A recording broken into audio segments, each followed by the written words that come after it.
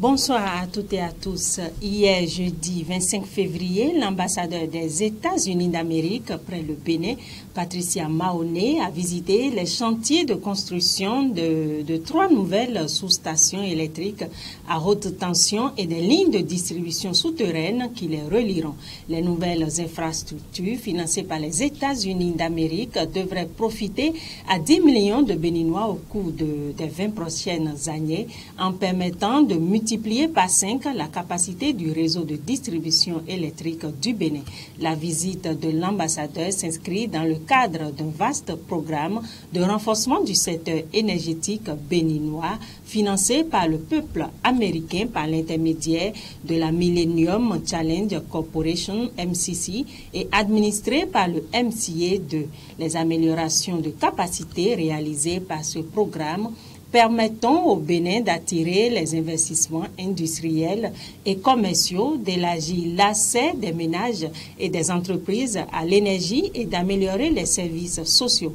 En outre, la disponibilité d'une énergie de qualité rendue possible par ce programme augmentera la production des entreprises publiques et privées grâce à une extension des heures de production et des services. Au cours de sa visite, l'ambassadeur Mahoney a souligné l'ampleur du travail de la MCA et la nature transformatrice de ces investissements. Je suis très heureuse de voir de première main les nombreux investissements en infrastructures réalisés par le gouvernement des États-Unis et du Bénin.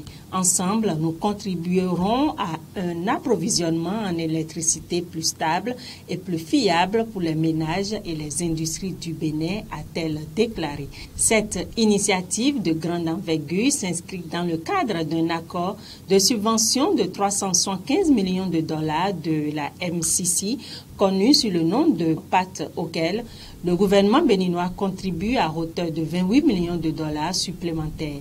Tous les travaux doivent être achevés avant la fin du pacte, le 22 juillet 2022. Le Millennium Challenge Corporation, une agence du gouvernement des États-Unis, a pour objectif de réduire la pauvreté dans les pays en développement grâce à la croissance économique. Des appels à la veille contre la falsification des factures normalisées. Les autorités annoncent que les esprits malins s'immiscent déjà contre la réforme de la facturation normalisée au Bénin. Informées sur une telle manœuvre, elles ont alerté la brigade économique et financière BEF pour sévir contre les contrevenants. Plusieurs méthodes peu orthodoxes utilisées par les faussaires pour essayer de contourner la réforme ont été repérées. Il s'agit entre autres de la fabrication de faux QR, code sur de fausses factures, en scannant ce contenu sur les vraies factures normalisées et le recours à des informaticiens pour tenter de modifier les données des factures normalisées. Ces méthodes de fraude ont été dénichées par la Direction générale des impôts lors de ces vérifications dans les bases de données. Une procédure d'enquête a été lancée par la BEF afin de mettre la main sur tous ceux qui tenteront de frauder la facturation normalisée. Les autorités soulignent que non seulement la réforme permet une collecte de la taxe sur valeur ajoutée TVA qui sert à financer le développement, mais elle participe de la bonne comptabilité des entreprises. Elles promettent sanctionner avec la dernière rigueur les auteurs de ce qu'elles qualifient de crimes économiques. Du 23 au 27 février 2021 se tiennent à Cotonou 2 importantes rencontres des acteurs impliqués dans la lutte contre la tuberculose. Il s'agit de la 5e réunion annuelle des gestionnaires des programmes nationaux de lutte contre la tuberculose, PNTS, et de la 2e réunion du projet régional TBLAB.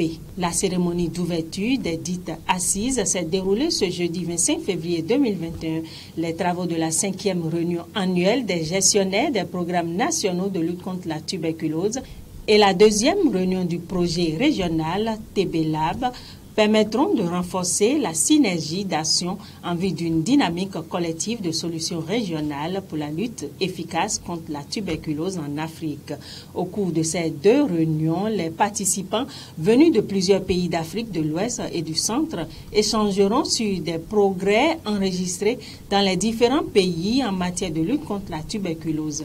La question de la pharmacovigilance vis-à-vis des médicaments antituberculeux dans la région et surtout l'impact de la pandémie de Covid-19 sur la lutte contre la tuberculose.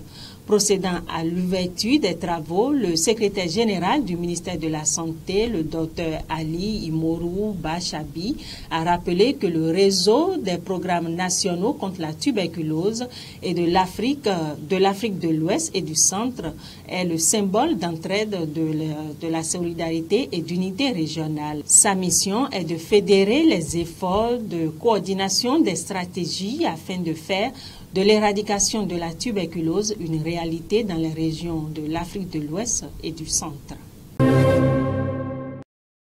À la suite d'une opération menée le mercredi 24 février, les éléments du commissariat du 1er arrondissement de Cotonou ont procédé au démantèlement du ghetto derrière l'abattoir à Apapa selon 24 heures au Bénin.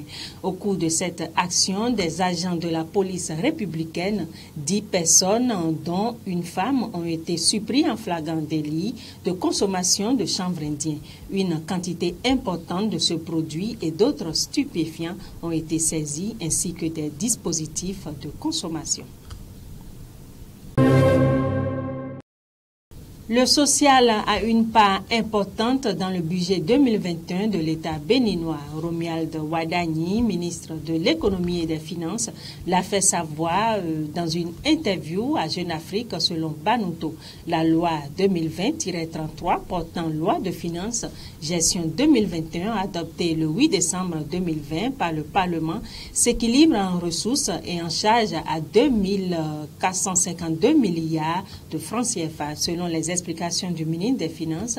De manière générale, le tissu social collectif va être renforcé en 2021. Dans cette optique, détaille-t-il, le budget a prévu un volet de crédit qui s'établit à plus de 350 milliards de francs CFA pour les dépenses sociales prioritaires et un autre à plus de 760 milliards pour celles à sensibilité sociale.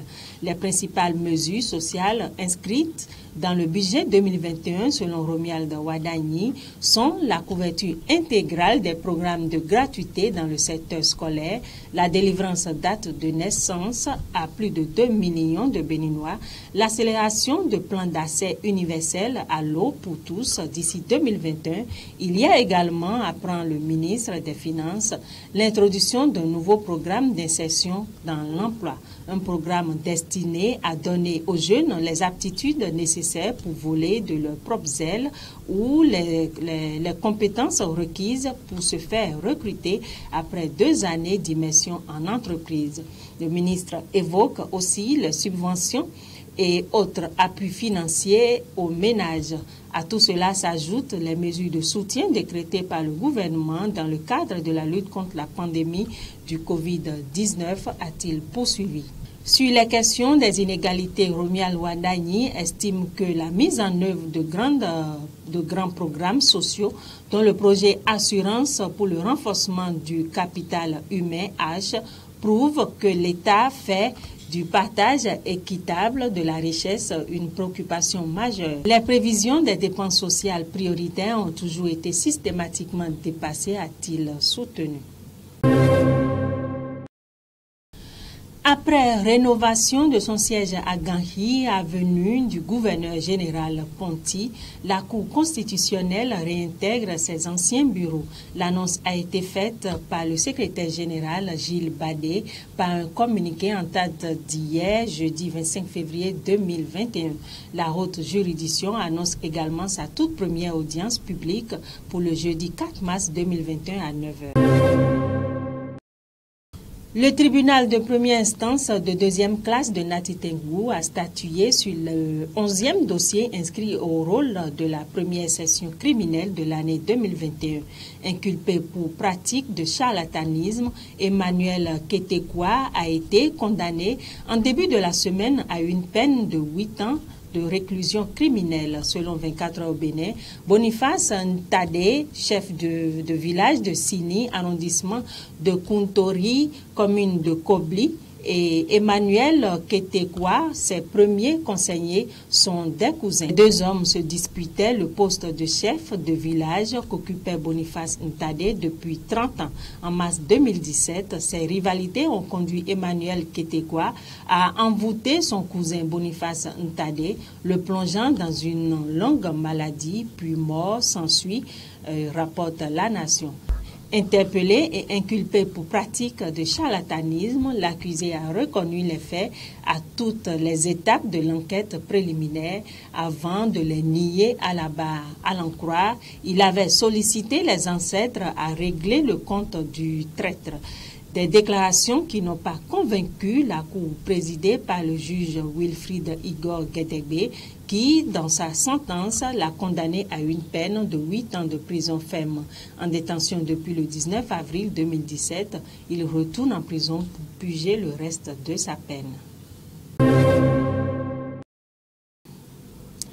Également, ce même tribunal de première instance de deuxième classe de Nati Tengou, statuant en matière criminelle, a condamné le sieur André Umpo, reconnu coupable de meurtre sur la personne de Jérémy Ncha Ntwa, à une peine de 10 ans de prison ferme, a écrit 24 heures au Bénin. De retour d'une chasse le 15 janvier 2017, aux environs de 20 heures, André Umpo dégaina son fusil de fabrication artisanale et tira sur Jérémy Ncha Ntwa, un usager qui roulait à vélo devant lui à la hauteur du village de Kouchougou dans la commune de Boukoumbe. Sous le coup, la victime rendit l'arme quelques minutes après. Après son forfait, il a jeté l'arme dans la brousse pour revenir au domicile le lendemain. Depuis 10 ans que je pratique la chasse, je n'ai pas eu d'incident de ce genre, a déclaré André Umpo, observant qu'il s'agit d'un incident. L'accusé, selon le ministère public, représenté par Maître Samuel Noutou, a violé l'article 480 alinéa 3 du Code pénal qui prévoit et punit le meurtre. Se fondant également sur les dispositions de l'article 539 du même code, il a trouvé les circonstances atténuantes. Dans ses réquisitions, il a requis la peine de 15 ans de réclusion criminelle contre André Umpo. La cour présidée par le juge Virognon Hervé Nyansounou a condamné l'accusé à une peine de 10 ans de prison en détention depuis 4 ans. Il retourne alors purger sa peine pour le reste du temps. Et c'est la fin de ce Flash Info Bénin. Merci de nous avoir suivis. Bonsoir chez vous.